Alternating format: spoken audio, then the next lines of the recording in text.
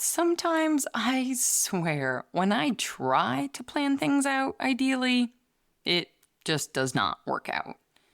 But when I simply let the schedules fall as they may and life run its natural course, well, in those cases, I frankly couldn't have planned it any better. What's this got to do with the podcast? Well, today, amidst all of my chat of in-person markets and our mini The Launch series, it just so happens that the interview we had queued up is with our community member, Yvonne Rausch, who has absolutely gone all in on markets. And she's gathering some savvy information about her customers in the process. Not to mention, once again, there's a story to prove all the reasons we tell ourselves that we can't do something. In this case, maybe you've been thinking, I can't show at in-person markets because my car's not big enough. Or maybe you don't even have a car. Well, once again, here's an example to remind us that maybe those are just excuses. Why? Because believe it or not, my friends, Yvonne travels to every single one of her markets on public transit. Yep, we have even seen a video to prove it inside of the community. It's astonishing and impressive. I can't wait for you to garnish a small bit of the energy, excitement, and yet also well-balanced perspective Yvonne has via this chat. But first, a brief message from our sponsor. Hi, I'm Kara, content creator and Facebook wrangler for Amico Brent, bringing you ideas and support for your creative adventures every day. This week's episode is brought to you by Amico Brent. Find your favorite Amico glaze at your local distributor. Happy glazing! Now, on with the show. Welcome to the Maker's Playbook, the show where we talk all about what it's really like to make a living from the things you make. I'm your host, seasoned entrepreneur of 13 years, Rebecca Ikis Kara. Hey, Yvonne, welcome to the podcast. Thank you for having me. This feels so, I don't know where to begin because we talk online on a pretty regular basis, and now here I am being very formal, like, hello. Yeah, it feels kind of like, okay, very formal, but I think with time we're just gonna get it on, and it's gonna ramble so much, then we're gonna be like, oh, damn. Everyone will experience the real version of us in about 5 minutes. Yeah. Well, before we get carried away, for people who don't know you, how would you introduce yourself, particularly in the context of ceramics? Okay, so my name's Yvonne Rausch. I'm from Colombia originally, but I live in Austria, in Vienna. And I slip cast mostly and do a lot of porcelain slip casting, functional wear. And I'm trying to get into the sculptural part, but it's kind of hard to get out of the mugs because everyone loves them and they bring in the cash. But yeah, so I'm a very enthusiastic person. I want to try everything and I want to learn everything. So sometimes you can see that in my work. That's a little very short version of what I do in the ceramics world and who I am. Well, and speaking of it being hard to get away from the mugs and, being conscientious of what sells, I'm going to put in a spoiler alert here because I know that you just quit your other job and you are now officially a full-time maker. Dun, dun, dun, dun. It's insane. It's such a roller coaster. I mean, I still have 2 more days actually from the date of this recording from work, which is exciting. It's like literally happening right now. And it's funny because I was not expecting it. This was not supposed to happen this year. I had it all planned out. I had my spreadsheet also kind of remade with color coding and percentages and everything that you can think of. And the plan was to wait for a year with a part-time job and see like that year if I made enough to make a living, and then kind of just like slowly go down and leave the part-time job. But holidays happened and I got pretty burnt out. It's a thing I think we all know and can all relate to. And it was a very harsh start in the year. And it's still something that I'm learning a lot. I'm also started therapy because of that. It was like very harsh. And something had to give. It was either the job, the part-time job, or my ceramic journey. And I'm not giving up my ceramic journey. That's just no question. So I like sat down and I'm like, okay, I need to live until the end of the year financially. And I literally sat down and took out all my savings, savings that got me through COVID and everything there. And I'm like, from all of this, if I can make it until January, I quit. So I kind of like did like all that calculations and I'm like, okay, if I can make it through January, there's holidays in the middle and we know holidays go well. So that was my end decider. So I didn't even finish the year that I wanted to finish with the part-time job. And I'm like, yeah, I'll try it. It's time. I'm young. I have no kids. I don't own a house. I have no big responsibilities. It's the time. I need to try it. And just to be clear for timeline, you were looking at this basically this past January if you had the support and the savings to get through this next January, more or less. Exactly. Roughly. So my plan was, I started this job a year ago from now, actually, because I already had that choice before of going full time. And I got off cold feet a week after. And I'm like, I need to get a job. And that's the job that I had, which was a good decision at the time. I was fresh out of production. I worked in production for 2 years where I did production for a lot of artists. So I was like the helper in a pottery studio. And that's kind of where I learned as well everything concerning slip casting and mold making. And I could see that my things started selling a little bit because there was a little showroom. So I'm like, it's time. I'm going to do it full time. We can do it. And there was this program in Austria where I could just for 6 months get a bit of help from the government with classes on starting your own business and as well as financial help. And that lasts through 6 months while you kind of learn and get a feeling of how it is to be self-employed. So those 6 months I did, and then I got no more financial help. And I'm like, I can't. And I got the job, which is fine. And it was completely well made. I think I wouldn't have lasted longer. I hadn't sold in any markets before that time. And I'm like, yeah, no, I need something on the side. Get me started. Get some data on those spreadsheets and then make a choice. So that was kind of a bit of the, yeah. I should have given everybody a warning that we might talk a lot about spreadsheets. Yeah, I figured. Also from listening to your podcast. We have a shared love. Every time you speak about spreadsheets, I'm like, yes, I am exactly the same and I love it.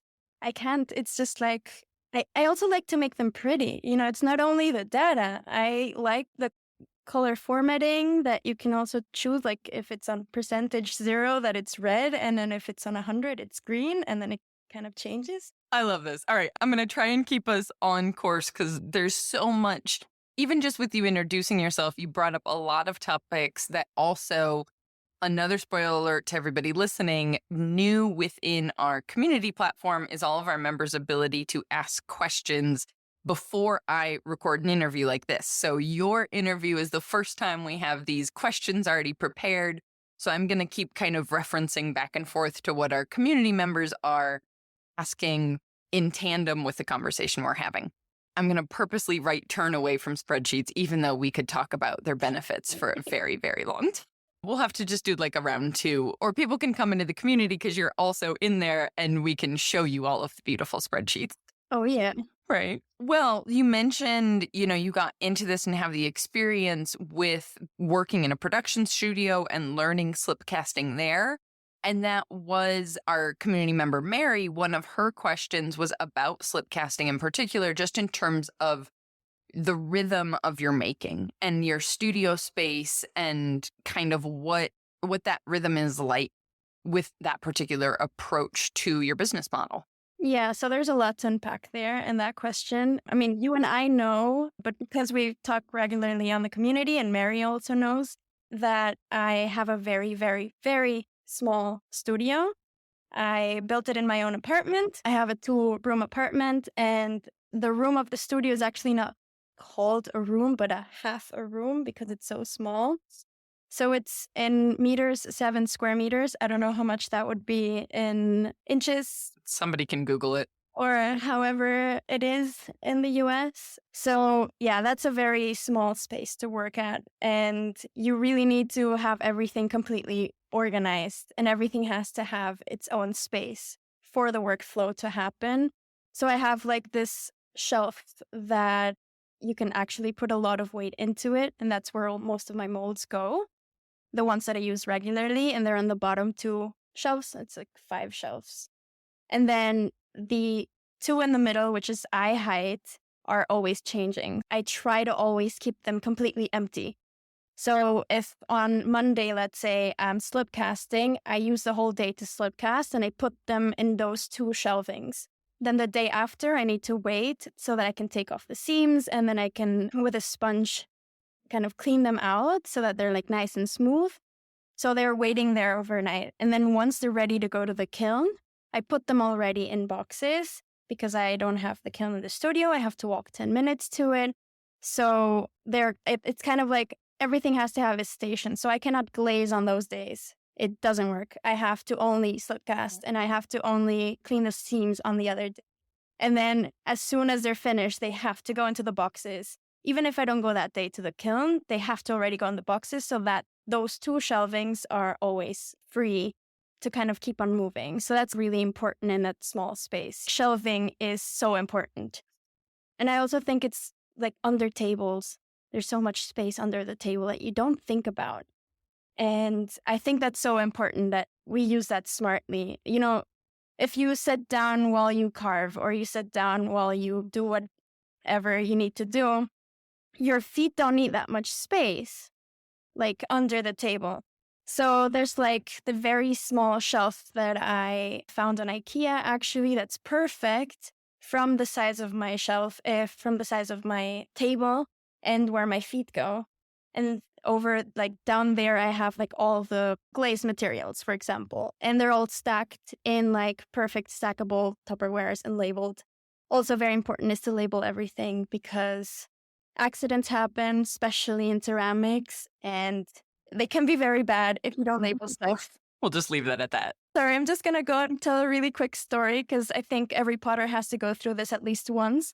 I was working still at the production studio, and I had to deliver in 1 week 1,000 vases. Not 1,000, no, sorry, 100.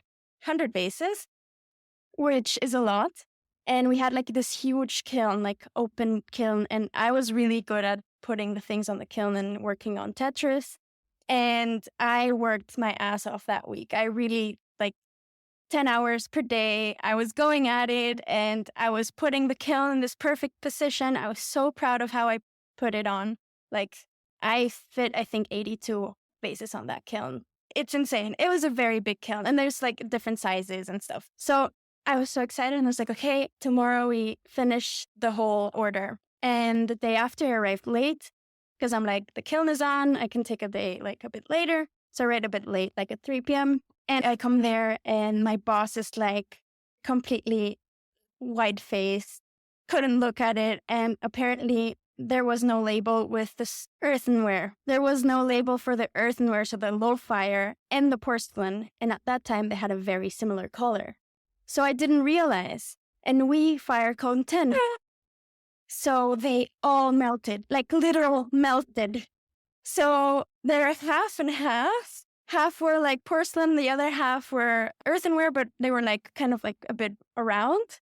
And they completely like, it's funny. It's actually, I have a few pictures I should show you. It's actually very funny because the vases had like, they were all like women vases. So like the silhouette of a curvy woman. And they were like half melted. And the artist was like, okay, shit, but there were a few that she managed to save, even with a little bit of melted, and she's selling them out as sculptures, which is really cool. But yeah, so that happens. And after that, you label everything with colors and with all the labels that you can. So I cannot state that enough. It's important. And Even if someone's listening to this right now and they're like, yeah, I know, I heard it, and then they don't really do it, they learn the hard way. Okay, so that was the story in the middle. That's how I feel about people backing up photos, right? Because everyone's like, I know I should back up the pictures. And I'm like, it's not that big of a deal. Just plug it in and drop it into some, like a Dropbox folder, wherever. I don't care. Just get a second copy somewhere. Yep. Only when it happens, you do it. That's just one of those things that if you make the mistake, you learn from it. But if 1,000 people tell you, you won't. But yeah, labeling is very important, especially in a small studio. I was just thinking back to, I feel like I'm going to be bouncing around with questions because there's just so much to talk about.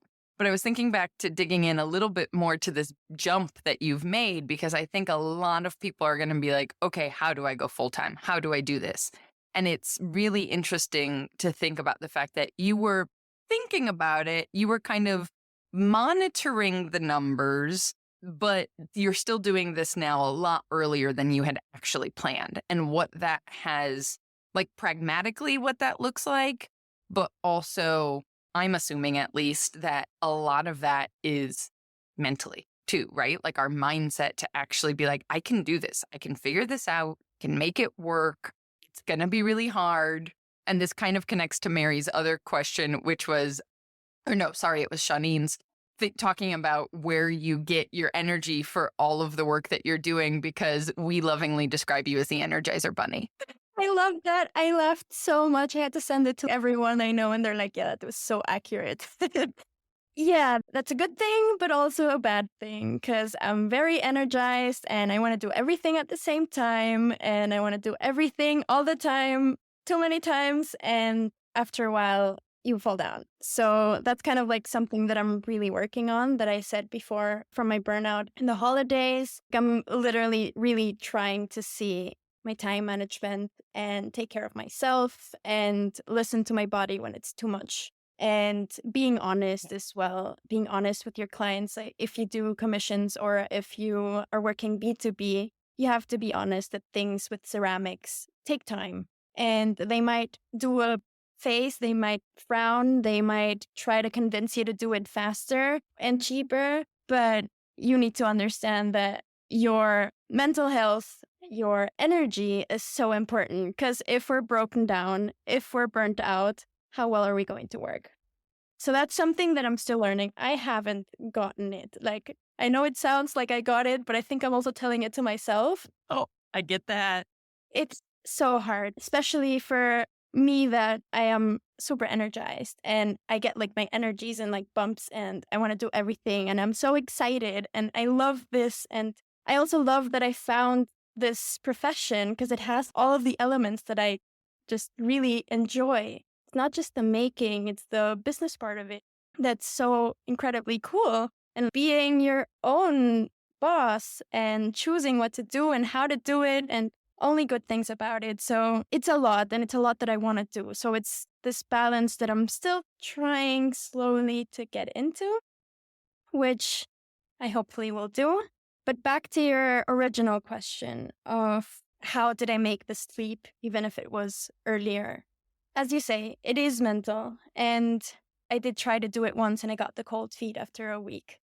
So I think it's important to know that this decision is not always final. It's not like I'm going to do full time now and that has to be it. And then I need to make a living now. And no, I mean, come on. Maybe there's hopefully, knock on wood, another COVID comes and we're all locked down. And during the holidays, you cannot sell on markets, which would be for me horrible. Okay, then I knock on doors and I look for another job for a while until I'm back on my feet. I'm not saying goodbye to jobs forever. I'm saying I'm going to bet on myself right now. I'm going to see how I do. I'm going to get a bit of experience, which is the most important thing. I'm going to see what I'm good at. I'm going to see what I'm lacking at. And my goal right now is just to get it through 2023. So we have half a year. So that's my first goal. I'm just going to think until then. And then in January, I'll think how I feel, how longer I want to do it, or if it's as amazing as I think. Or maybe I'm not yet ready and I can go back. And that's not taking a step back. I'm still taking that step forward. I'm still learning. I'm still doing that experience. And that's the important thing that I think we all need to know. We think of full-time as this pedestal. Like we put it on this like really high pedestal that we can never reach. I mean, I was giving myself this 1 year. I think you said it on your podcast with Hammerly Ceramics. Kurt, I think it's his name. He did that where he did like for a year on the side or longer than a year until he knew that for a year he made enough from his side business, pottery. And I'm like, yeah, that's reasonable. That makes sense. That's what I'm going to try. It worked for him, but I realized it didn't work for me. And that's okay because I'm not doing this jump and that's it. I need to figure it out. Like, no, if I don't figure it out, that's fine. I'll learn the good things. I'll learn the bad things. I'll make mistakes because that's going to happen. And I'll figure it out. And if I don't figure it out, then I'll figure it out later. Like, that was basically like big decider. I think that doesn't matter how much data I have on my spreadsheets. You will never know for a fact that you're going to make it like enough or whatever enough would be for anyone the next year. Because we never know what the next year will bring. If it's another pandemic or if it's another recession or who knows whatever thing is coming. We just need to go for it and try it and see what happens. It's scary. I'm not going to lie. It's so scary and I'm scared. Like, I don't want to be like pitied in the sense of, oh no, don't be scared. That's fine. Like, it's okay to be scared. It's an emotion. It's a human emotion. We need to feel it. And the cool thing about being scared... It's a little healthy. The cool thing about being scared is that something's on the other side. 9 out of 10 times, it's not what you think it's going to happen. I mean, usually when you're scared, you're getting out of your comfort zone. That's like this type of scary that I'm talking about, by the way. I'm getting out of my comfort zone, and that is just scary. It's scary for anyone who's getting out of their comfort zone. Doesn't matter what comfort zone it is. There's something on the other side, and there's something waiting there. It might be good. It might be a really big mistake that you'll get back up on, but it's a really great learning experience, whatever it will bring. So I'm just embracing that scariness, and I know that it's a good thing. It's a good thing. Yeah. I'm going to go off script from our other questions because I have a feeling, this is a huge assumption, and so correct me if I'm wrong, but I wonder if the fact that you have already done scary things in your life in terms of moving continents, let alone countries and languages. I mean, we were joking before we hit record that you have 3 different languages, grammars floating about in your head. I could not agree more with everything you've just said, but I have that perspective because I've been doing this crazy thing for 13 years. Whereas, like, I'm just amazed. Like, I know that I'm older than you also. So, like, I'm looking at you going, how do you have this insight already? Because this is it. Like, we could stop the interview right now and be like, you guys, this is the answer. Everything she just said in the last 3 minutes, that's what you need to know. Close the book. We're done. The podcast is over. And maybe this is just a reflection to you. Maybe you've never thought about it, but do you feel like that maybe it's not comfortable? I don't know. That insight is connected to the fact that you've already put yourself in uncomfortable or what I perceive as uncomfortable situations. Maybe we should like back up to how you went from Colombia to Austria to this to that. I don't know. It's just my reflection. That's not a well-formed question. I think that really dates back. I think I've always been this independent and this curious as well. Like I'm always wanting the next adventure and trying something new. And I was always like, I really wanted to get something and I would try anything to get that something. Ever since I was a child, one of my hobbies, for example, is crocheting.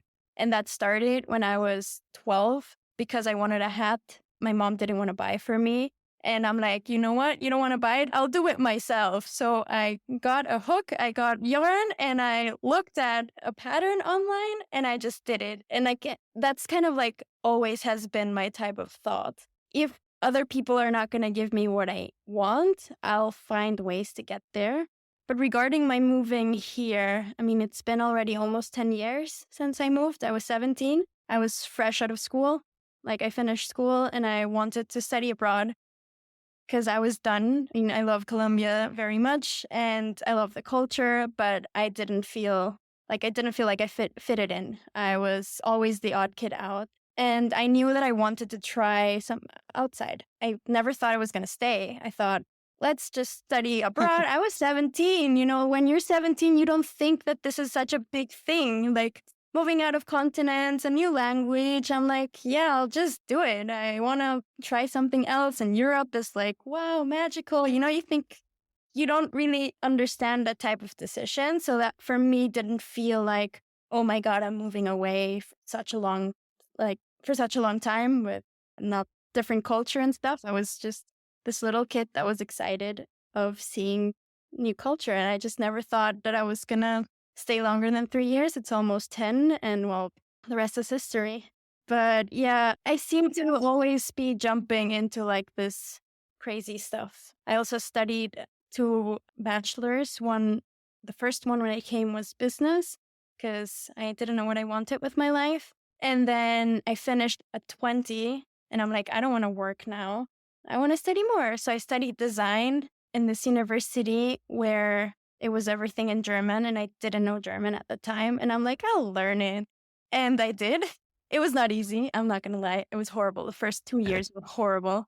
But it's kind of like this mindset, I want to do this and I'll figure out how to make it kind of mindset, I guess. Which is crucial. I mean, that's crucial for being self-employed because that's literally the bulk of what I do every day. It's just, okay, I've got to figure out something like this software isn't working. I have to troubleshoot and figure that out. Okay, now I have to figure out, like you were saying, it's not just the making process and the fact that you are interested and excited by the business side, you don't have to love spreadsheets the way we do, but just that there's a level of interest in other things besides just making the art, I think sets you up for a lot of opportunity and success because, spoiler for everybody, half of your time as self-employed is generally not doing the thing you thought you were going to do the whole time, right? It's doing the marketing, it's doing the emails, it's doing the outreach, it's doing, all of these other things that have nothing to do with having your hands in clay. Yeah, and I think I agree with everything you just said. I mean, it is true. And you need to find a certain type of excitement, or at least not excitement, but you cannot hate everything that's not clay, because if you do, then just find another potter that's self-employed that needs help in their studio. And then, like, as I did before, I was working in the pottery studio and I was working 10 hours a day, only working in the studio. And that was fun and all, but I can't. Like, I also don't, like, I love clay. I'm not going to say anything bad about it, but I couldn't do that full time. Like, it's just not me. I loved numbers and I love to see and experiment how things would happen in the sales part. I love to make up some strategies, even though I didn't read it from anywhere. I'm like, no, I think this is going to work and I'm going to try it out and see what happens. And without that, I don't, like, just being in the studio, I would not have a fulfilled life in my persona with who I am. And I think that's why I love this type of self-employment, because there's so many different types of self-employment, but I love it with clay is because you can make your hands dirty, but you can also make smart decisions at the same time. And it's kind of like a bit of both worlds in one, which is super cool. And there's also geology. With geology, super cool. Well, and it's interesting because I think then back to, as people find you online and things like that, they're going to see that you also describe yourself as a designer. And so I'm going to put my assumptions on what you just said is that I'm curious if it was a conscious thing or what I'm seeing is, part of your interest in partnering. You mentioned B2B earlier. And for anybody that doesn't know, that's business to business. So you're interested in creating, working together with a business to create a design, to come up, like not just saying, here's what I offer, here's my shop, let me do a shop update and sell, whatever. You're doing, I think, a very different business model, if you will, than a lot of people might be thinking about. Yeah, I mean, so with my studies, so I studied product design and craft. In those studies, we learned a lot of different crafts from woodworking, metalworking, glass, clay, slip casting. So we literally did like a big spectrum of different types of crafts. And the whole idea of the whole studies were kind of like not to just design something on paper and see how it's going to be made, but kind of understand how things are made first before you actually design a product.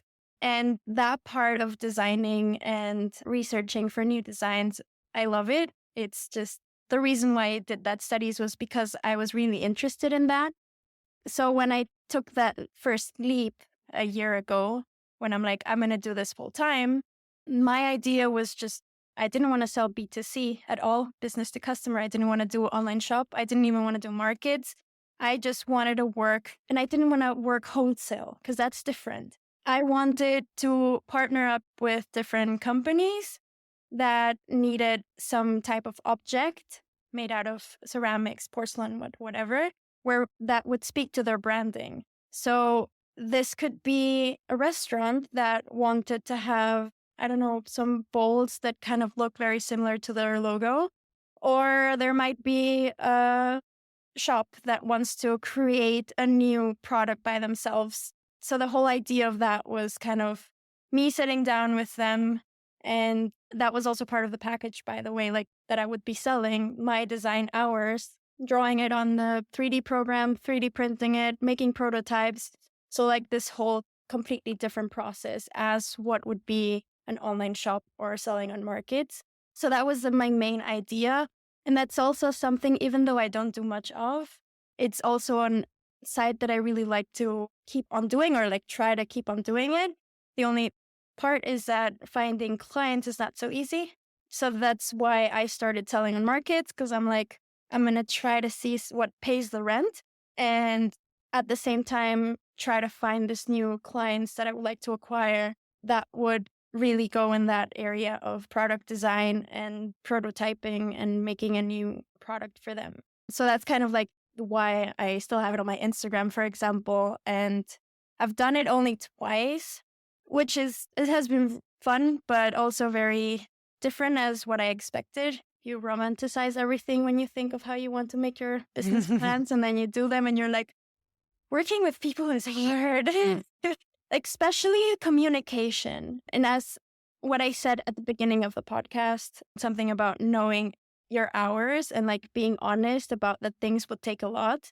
So that's what I learned on communicating with this B2B partners, because I wanted to deliver everything fast and show that I could. It was not for them, but I think more for me. I'm like, I can do it in 2 weeks. I'm that good. But yeah, it's like being honest to yourself and honest to them that, hey, ceramics is ceramics. Things might just break in the last minute. Or I might switch off porcelain and earthenware and it would just go really bad on the kiln. You know, like those type of things happen.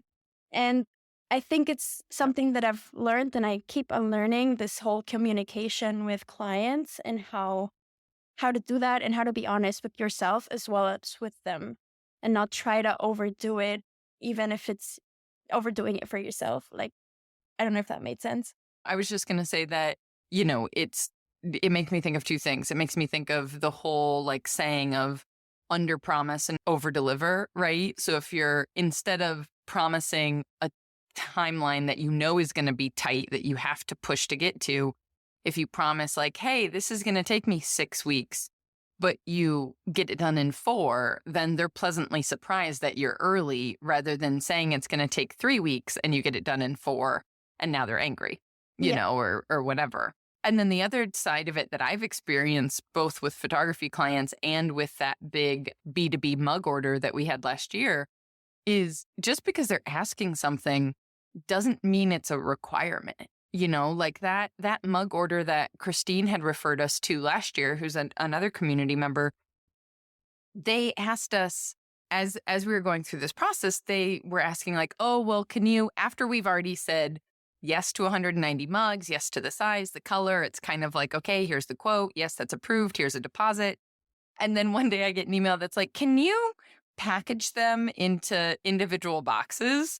And I was just like, absolutely not. Right. Like that wasn't included. That one I obviously would have charged more for it, but it wasn't included in the quote. And also we just didn't have the time to do that. Like with the timeline we were already under for the job, there was just no way we were going to package up 190 mugs individually. And I said, no, we don't have the capacity. And they said, okay, no problem. We still got the order. Now, is that going to happen every time? No, not necessarily. Maybe that is going to be a deal breaker, but I for sure know from photography when I've allowed myself to get pushed outside of a boundary, then it wasn't worth the job anyway. Then like that, I had that boundary there for a reason. And then I got pushed and pushed and pushed, or I wanted the job really bad, or frankly, I needed to pay the bills and I took the job anyway. And it just wound up not being a good fit, and then you don't want that customer long term anyways, because I'm sure with B2B, the idea is that you keep working together. And if you've already started in a place where it's not a healthy relationship, now what? And just another tip or like from experience that I had from a B2B customer is that they will always try to push those boundaries. They would always try to make things cheaper. And that's just their sales strategy. That's just the way that they do their business. It's not personal. Sometimes they don't understand how ceramics work, and that's fine. You can tell them. But one thing I also learned is that I never give numbers on the spot. So if you ask me, oh, how long is it going to take you? And we're face to face, and I'm literally put on the spot. I don't have my spreadsheet in front of me. I just heard from him or her what they wanted. So I haven't really put the numbers into place and organized myself to know how much it's going to take me. And then if I just blur out 4 weeks and then I actually later do the calculation and see 6 weeks, I can write him and tell him or her, yeah, it's going to take longer, but that's also not very professional to do so and also not good for you, like to be put on the spot. So one thing that I learned after that was kind of just like whenever it's with numbers, either how long is it going to take or how much is this going to cost, be like, okay, I took your request, give me 1-2 days and I'll give you your answer. So that's something that I learned from a mistake because I was put in the spot and I blurted something out just because I wanted to say something. And it was just super like not a good answer for myself. And I felt like I couldn't change it because I already said something. So if you're working B2B or if you have any wholesale clients coming up, it's okay to tell them the answer later. Oh, that's because you can feel so much pressure. Like I know every time, not so much now because I've been working with them for enough years, but there is a very, very large company that we work with for corporate photography. Most people probably know it because they have towers all over the world because it's Salesforce. Like they literally have towers everywhere. And so the first couple of times working with them, I was always sweating because I'm sending them a contract. I'm this tiny little business. They've got a whole team of lawyers. Like, what do I know, right?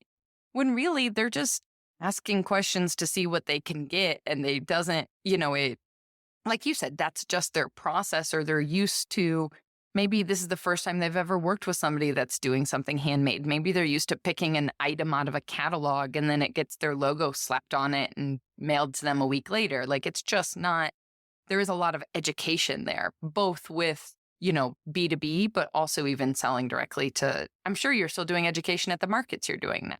Yeah, but it's different. I think it's very different when you're like on a market face to face and just people pass by and ask you stuff. Usually during holidays is when I get the most requests. One guy just randomly was like, oh, this mini spoons, they're so cool. I have like this jam company. Could you do 100? And I'm like, sure. Yeah, how long is it going to take? And I'm like, let me get back to you. And I mean, at the end of the day, the guy didn't even want to give me his contact number. So how am I going to get back to him if he didn't want to give me his card? So that's also something that's very hard for me still is people want to contact you, but they don't want you to contact them. So kind of like asking for that business card when they're not ready to give it. It's still something I need to learn and it's a bit hard. But what I wanted to go with this is that in a market, especially in the holidays where there's so many people going around and somebody asks you this type of question, your head goes so many places because another person is asking you another question at the same time, and you cannot give them that time of day as if you would set a meeting. So that's why I think it's a bit different than when you're setting a meeting and you're put on the spot. But what you were saying earlier, I do think a lot of people, even if they have worked with makers before, they still push it. But because that's their marketing strategy, they're trying to get things cheaper, and that's just the way that they try to do. I had a client where there were two people, good cop, bad cop, and they were doing that. One was the sweet one, and all the good news were coming through her, and all the harsh stuff, and it was really harsh, were coming through him. And then I realized this is their strategy. That's the way that they do their business. And sure, that's how they do them. It probably doesn't work with me, but with other people at work, and maybe they do have good relationship. Maybe they have a good partner relationship with other people, but that's just something that I don't like personally, and that's fine. That's such an important, I feel like this is one of the really hard learning curves that took me a while. And I imagine anybody else is feeling is to find that place where you can separate yourself from the work, right? Even though we're passionate about what we do, even though we put our heart and soul into it, other people's reactions to our work has nothing to do with us, ourselves personally, right? Like they have going through their head a whole different set of information. And it's so hard to detach ourselves from the work because we love what we do. And we made But it. at the same time, your time is into it. And there's just so much, but nobody else gets it the way, I mean, okay, another potter might get it. But even then, who knows? Like their experience could be completely different and all sorts of things. I'm thinking of the vast array of pottery we saw at our recent market.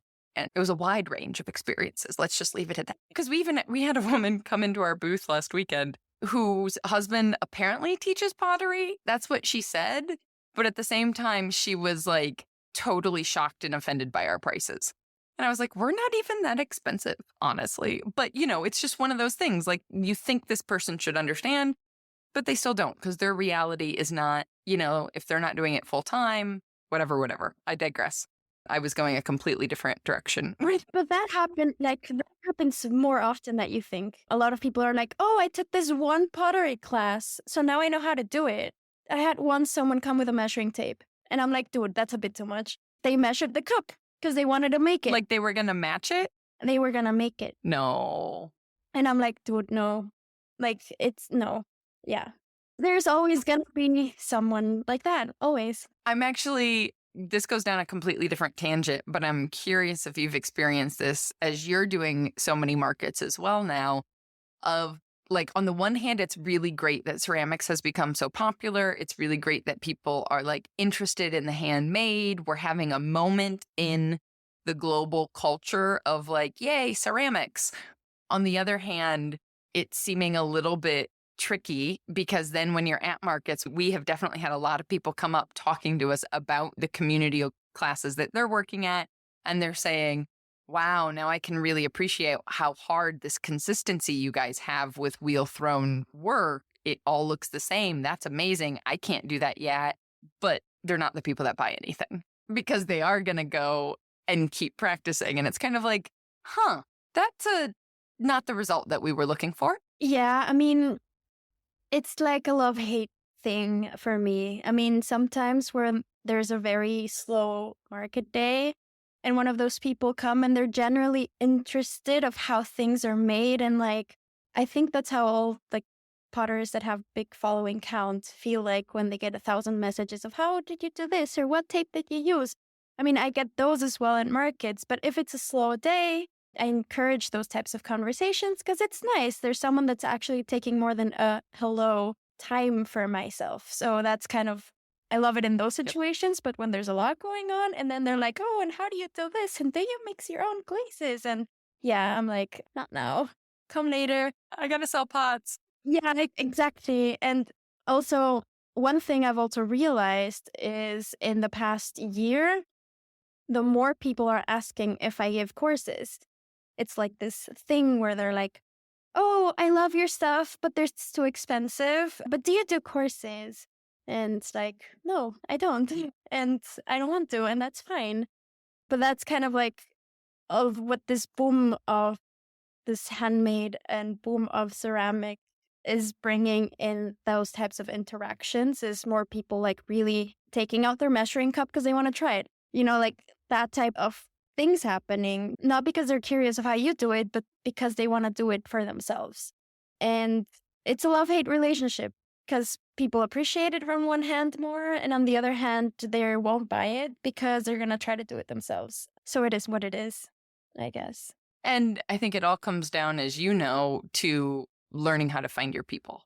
right? Because we can have a market where that conversation happens and it's a little disheartening, but then 5 minutes later, somebody comes through and buys 5 large size pieces and is super appreciative and, didn't even check the price tag and is like, Yeah. oh, by the way, how much is it? And I'm like, thank you. Love you. Mean it. Yeah. I love those people, but there are unfortunately not so many yet. But as you say, like, you just need to find your people. And that's the hardest part, I think.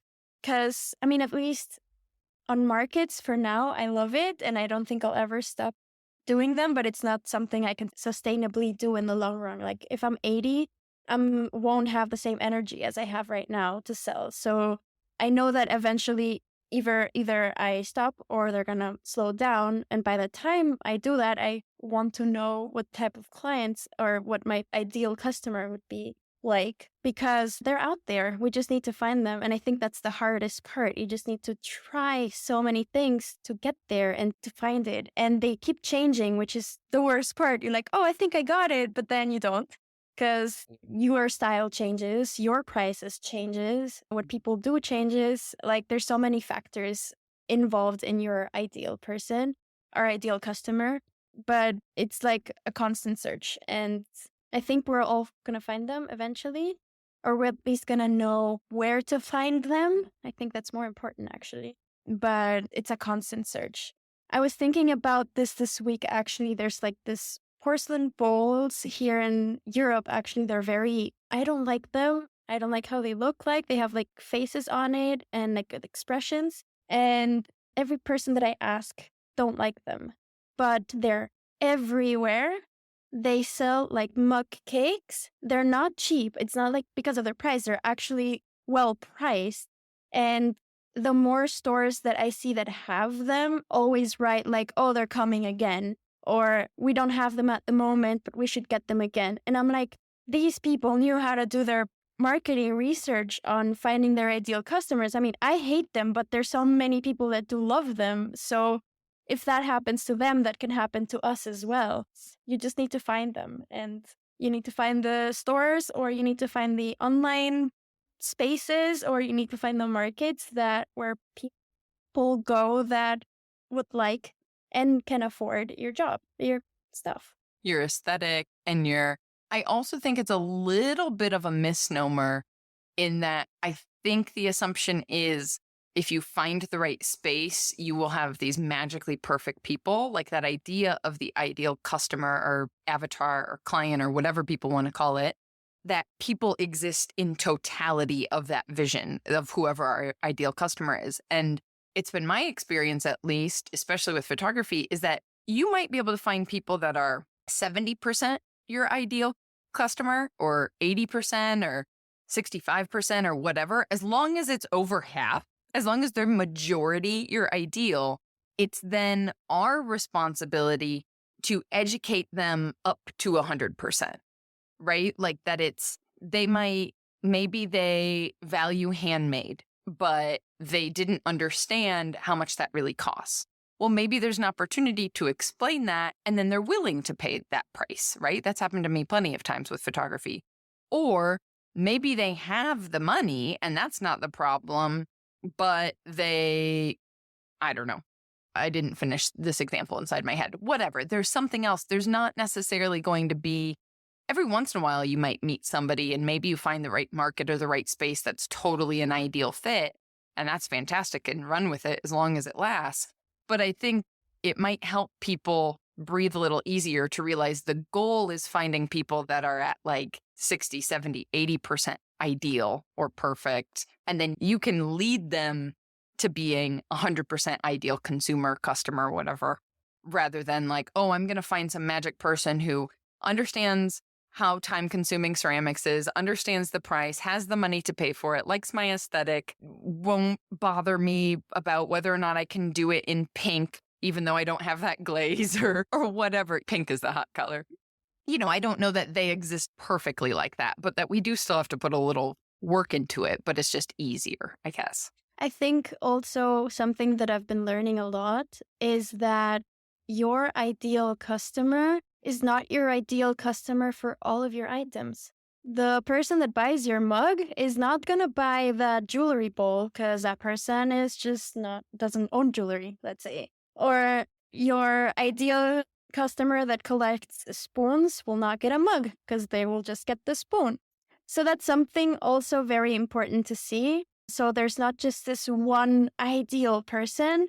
You have so many different ideal people that you could find. So you could kind of play a little bit with that and not be feared that you haven't found that person, because it's not just one. It can be 100, it can be 20, because all of your range of stuff that at least that we have, it's also different.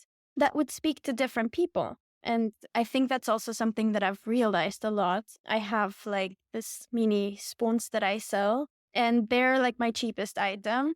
And I did it because of that. I wanted to have something where people just bought something without thinking.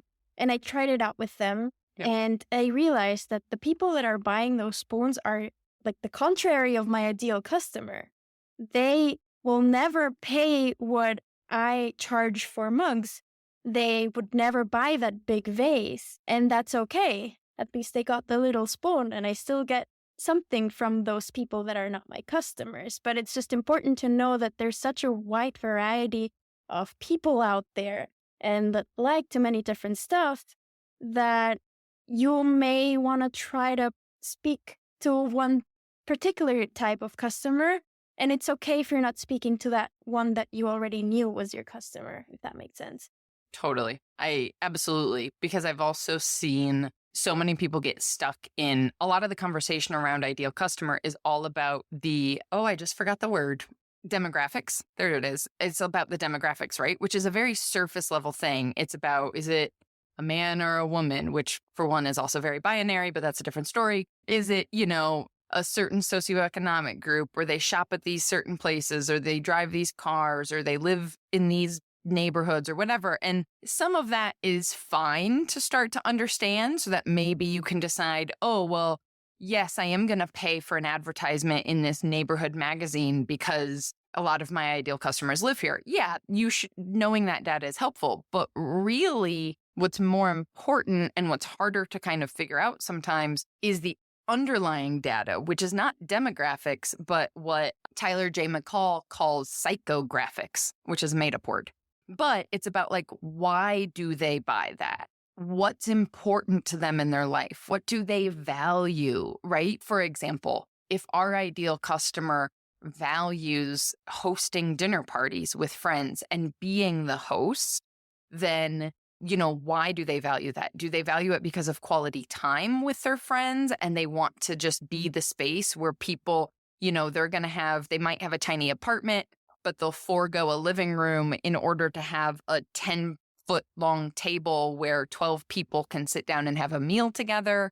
Their reasoning for purchasing then is completely different than the person who wants to host a dinner party because they like to show off and because they want the most expensive designer flatware to be fancy, right? And they have, these are completely different reasons, even though the end result is maybe somebody buying a set of serving dishes. And being able to speak to those reasons is really where the sales come in, of like understanding what they value and being like, yes, this is a good thing to buy because of these reasons. Yeah, and But that's a whole different conversation. That is a whole different, but just a little note from what you just said. I think we can also think that those two different type of people, they might be the same age, live in the same neighborhood, shop at the same places. But that's exactly as you say, they value different things.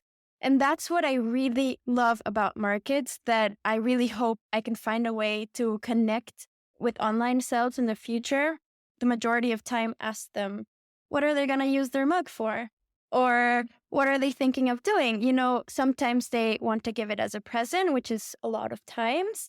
But sometimes they're like, oh, I have this particular coffee making machine and it makes me this type of espresso, and I love this one because it goes with the color of it and I know I can put it on top. And that's already so much information, because then I know, oh, the people that have that coffee machine, wait, which brand is it? So I go and look, which brand is it? Oh, it has that, and this is how much it costs. And then I could potentially, I don't know, go to a shop where they sell those machines and be like, oh, I have this cup that goes perfect. So it's kind of like, I like to learn from people when they do the purchase. And even if it's a very short answer, maybe they didn't tell me what type of brand coffee machine they have. This is like very elaborate, but sometimes they say something very straight to the point. So like, oh no, I just want to put it next to my nightstand.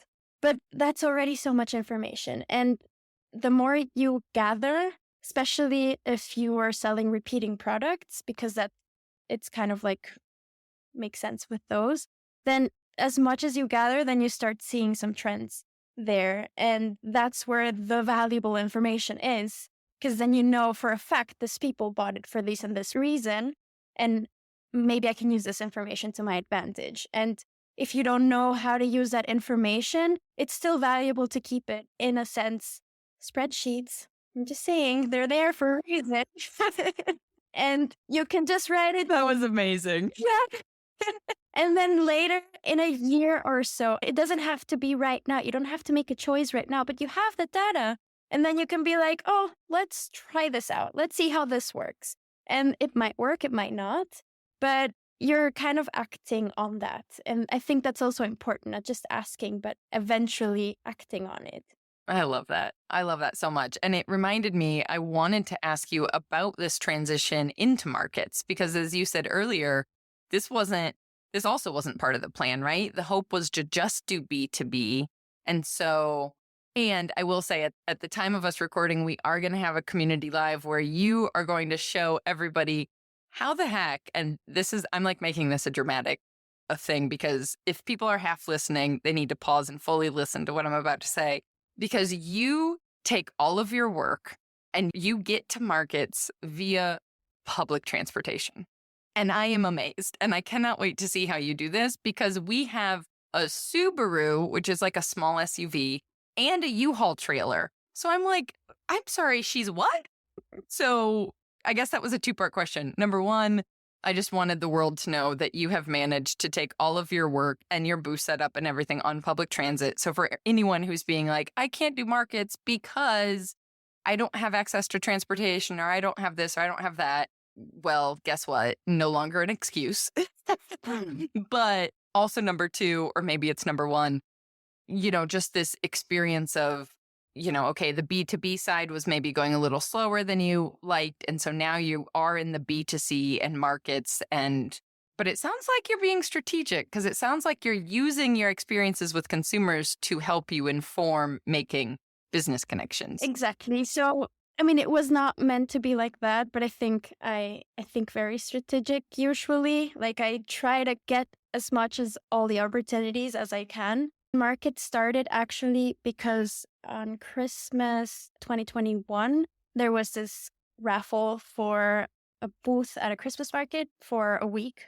The requirements were like, you've never sold before anywhere, and you do your own stuff. So it could be any type of crafts, but it had to be a craft. And I'm like, yeah, sure. I sent a few pictures. I didn't think much about it, and I actually won it. So I was like, oh, cool. And that was my first ever experience working with markets. And it was no, I didn't think about it. And I don't know, I think 2 weeks before I was started to produce, like constantly, I had to ask, as I was still working in the production studio, which was also a community studio. So I asked the girl who was sitting next to me, which were really good friends, if she had some really old slip casting molds, because I didn't have enough stuff to take. And I just needed to have something for that one market. And my booth look horrible. Like I see those pictures and I'm like, yeah, doing all the crazy and gross sounds that you can think of. But I realized how much I love talking to people and how much I love getting these types of insights and trying things out. I mean, the cool thing about markets in that sense and gathering information, it's being like, oh, I'm going to try to put this item with this prop. For example, I had like a dish for jewelry and I put Palo Santo on it instead, and see the different reactions. And you can already see like how people talk to the person they're with about that thing. It's like, oh, for my yoga studios. And I'm like, oh, I never thought about it, but cool. Or that you do this specific thing for the specific way. So, for example, some shot glasses, and someone comes and it's like, oh, what a pretty vase. And that's such a good information because, yeah, that's what you thought. And me as a product designer, that was a really hard transition to make and to accept, because if you put so much time in making something look this way for this specific purpose and somebody's like, oh, it's just a vase, this was such a hard thing to actually like be like, no, it's not, it's a shot glass. But it's such an important information to get. And that play of putting things differently and putting in different situations, I loved it. And then that's how I realized, like, oh, this is a cool way of getting information that I need. And that's when I also got money enough that I'm like, oh, okay, so this can be my rent payer while I look for my clients. So that was kind of like an aha moment. And that Christmas market is just amazing. I did it last year as well, and it's just insane. It's a very popular thing here in Austria. It's like very cultural. Like people travel to come to the Christmas markets. There's like 5,000 people per day traffic. You're open every day. It's 5 weeks through, from Monday to Sunday for 5 weeks. Oh my gosh. Yeah, it's a lot. I already started producing, by the way. Good.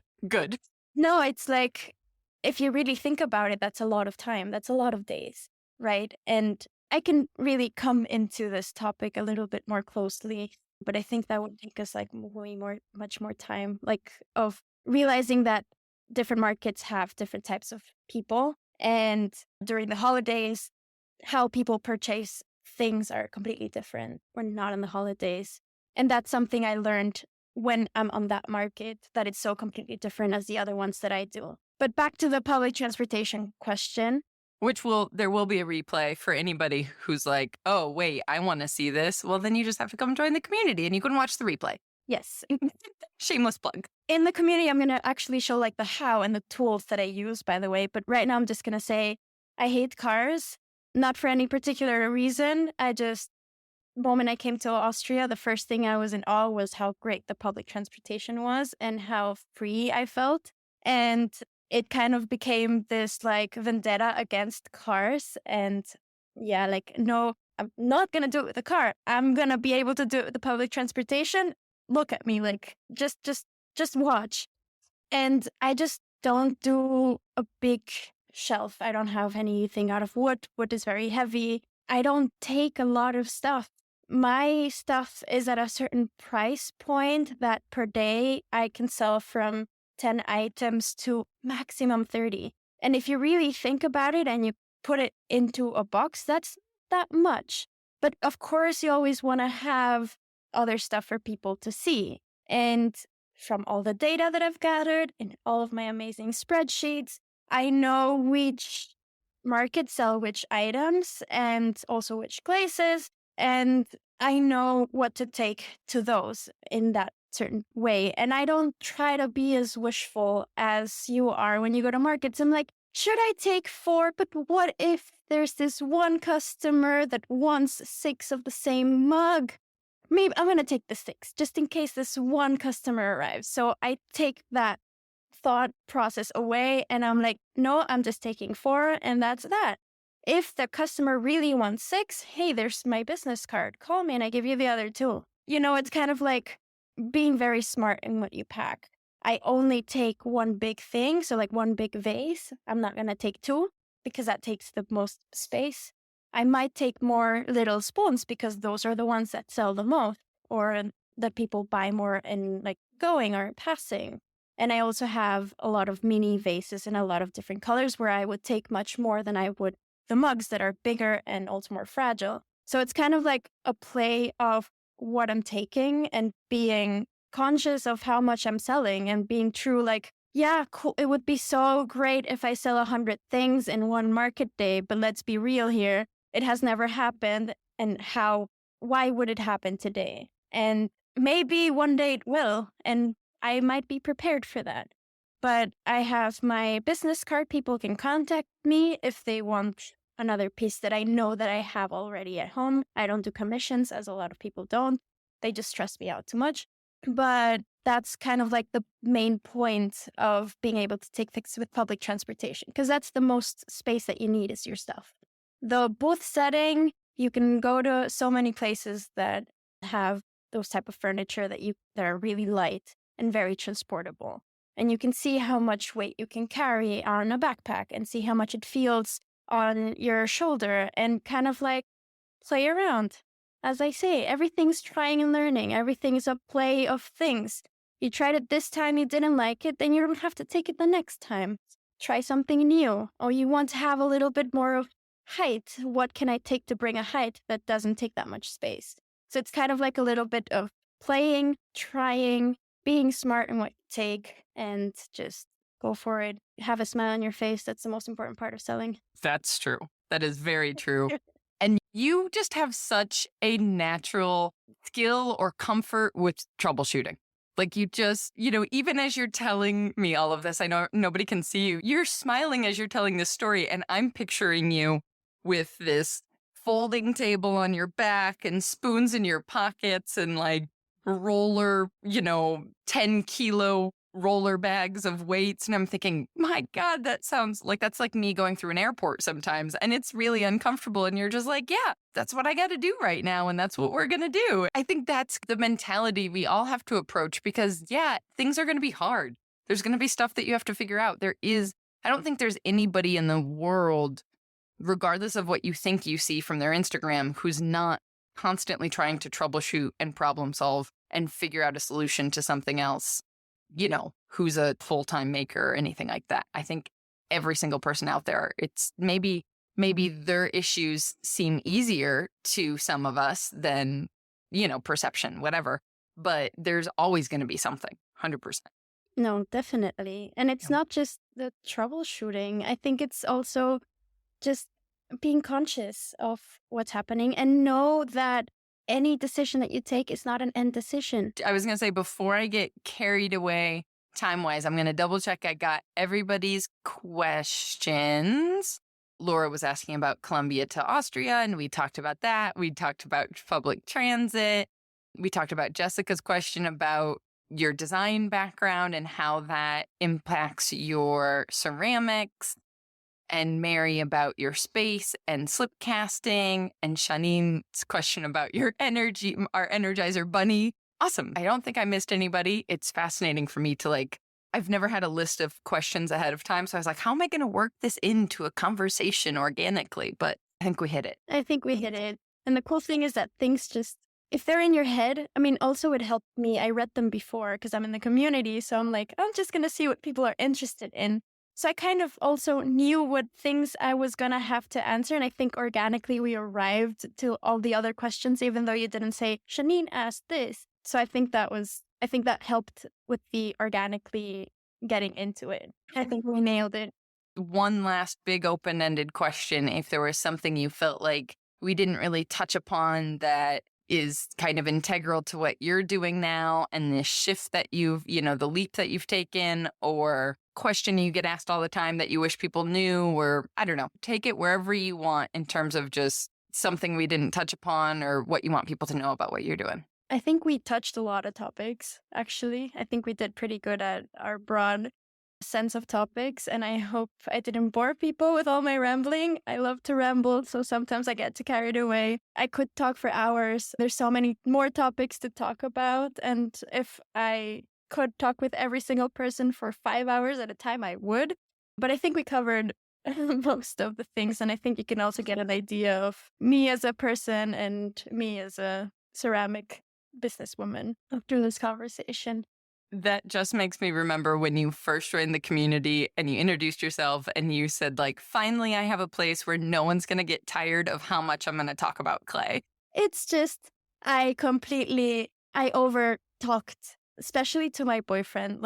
He has been such an amazing listener as well. I'm going to give it to him. He always listened all the times that I rambled. And he had to tell me sometimes just, hey, I'm too tired. It's too late. And I get it, Come on, if he would start talking about graphic design on no end, I would be like, yeah, color theory, even though I don't, and it's not mine. I hate graphic design and computer work. So I don't want to hear about it, which is completely fine. And my parents don't understand anything, even though I tell them 100 times how things work. So I'm like, okay, I need to have some clay people to talk with. And that's how amazing the community has been. By the way, it's such a nice place. And one of the really cool things I find about it, and I'm going to say this live for everyone to hear, is because you're the host, not in a sense of how much you write in it, but because you're a host, and we know the types of conversations that you already have with other potters through your through your podcast, you'll know the vibe in which people are going to come. So like that was my main decider. I'm like, I know this is the type of conversations that I want to have.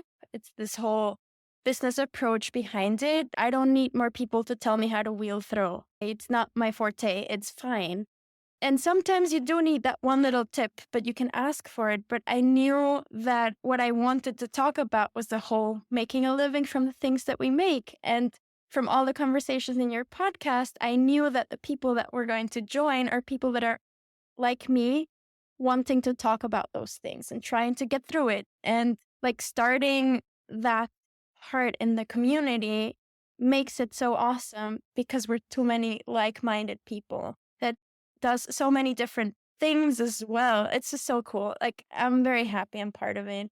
And I don't want to be all salesy, but if you're not there, you're missing out. That's awesome. Thank you.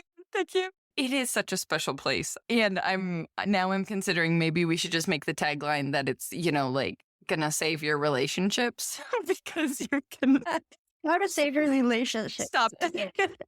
Stop talking to your partner about clay and come join. I mean, it's also different to have it online. I mean, I still have a small community of makers here in Vienna that I've met through markets, and they also do pots. But everyone's so busy with their own schedule that it's just so hard to actually find the time to speak other than something on Instagram. So I think like this extra space is so needed, for me at least, that I just love to ramble and talk and do playlists and pot swaps. Like, that's just me. I want to do things to integrate. That's just how it is. Your ideas have been amazing. And now we are rambling about it. But sorry, guys. Yeah. Because you are the one that initiated the playlist, that initiated the pot swap. Like, it's been, and that's what I'm so excited about, is that it's not me on a pedestal. Like, I don't want to be on a pedestal preaching to people or anything like that. And it's really like the ideas happening are coming from everybody. And that's just, even the ideas to ask, to have people be able to ask questions of podcast guests and everything. Like, I didn't come up with any of that. No, and it's amazing. And I don't think it is that you're on a pedestal at all. Like, you start sometimes conversations when there's some days that it's a bit like without like speaking. And I know that you're like popping up a question. And that's kind of like, okay, let's get back into it. And it's also not just me. There's so many different people bringing so many different ideas and also just needing support. And it's just so great to know that there's so many people giving us and them and everyone support in all of the things that is going on. Bad, good, great, horrible. It's really nice. Totally. And it's interesting, and this is going to be my last point, I promise you guys. But it's interesting that you mentioned having the local community, because I didn't realize until you just said that for me with photography, and I think part of why I was interested in creating this space is that sometimes it's hard to share really honestly with people in your local community, right? Either because you're seeing them at markets and you're both trying to sell there, and so you don't want to be vulnerable with them, or just because you have to see them face to face, like maybe on a semi-regular basis or in a shared community or something. Being able to kind of share our deepest, darkest secrets or be vulnerable with somebody in person in a certain way can be more difficult or more scary, as opposed to like, as much as I dream of a day where we can all get together and have some like awesome clay retreat and hang out and, have long meals and whatever, odds are, because it's a global group, who knows if we'll ever get to meet in person, and in a way that kind of provides a certain level of safety. I don't know. I understand your point. I do think that eventually we're going to manage to meet in person. I tell you, we will. I'll make sure of that. But I love it. Even I think the local community to a certain point is like it's helpful as well if you want to know where to go, which markets to take, or what provider you use for shipping or whatnot. Like there's some certain aspects that a local community would bring you a lot of value, but I have the feeling that it can get way too deep and way too personal in the wrong way too fast. That they ask specifically how much money did you make on that market that I also was part of, or how exactly do you do this, and that, which is all it's getting way too deep in a way that you don't want to be deep with, especially with someone that might be your competition on the next market, or you might fight for the same client if you're doing B2B.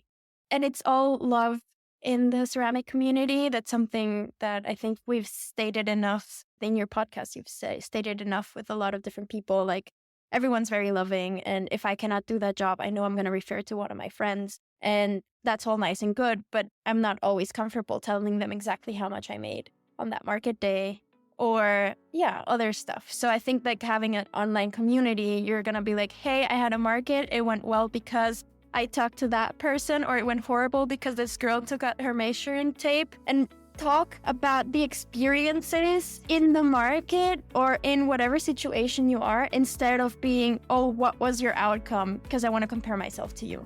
Yeah, totally.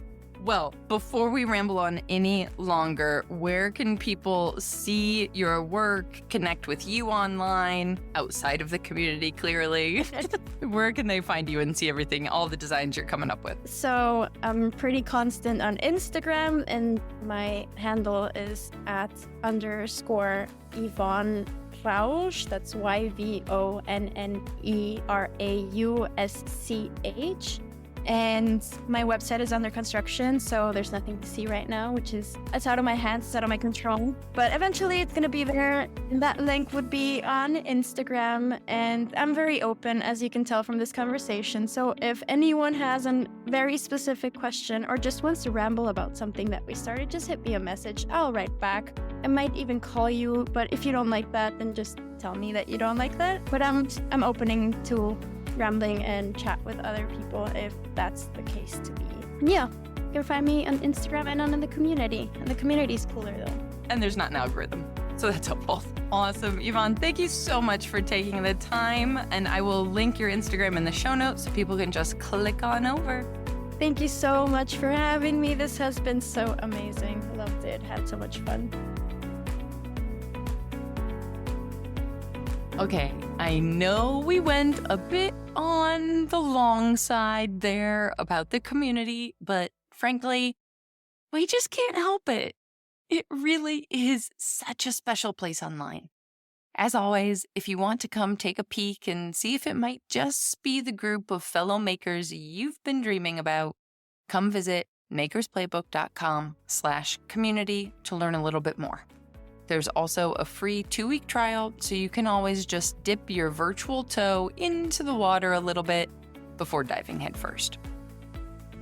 Once again, this episode was made possible in part by our sponsor, Amoco. Hi, I'm Kara, content creator and Facebook wrangler for Amoco Brent, bringing you ideas and support for your creative adventures every day. This week's episode is brought to you by Amoco Brent. Find your favorite Amoco glaze at your local distributor. Happy glazing! Audio post-production of this podcast is made possible by help from Christy Kotzfan, with promotional material assistance from Queenie Maliki. The Maker's Playbook podcast is recorded on the original homelands of the Potawatomi, Ho-Chunk, and Menominee people, where the people of Wisconsin's sovereign Anishinaabe, Ho-Chunk, Menominee, Oneida, and Mohican nations remain present. Until next time, my friends, go get back to making your dreams a reality. Because together, we've got this.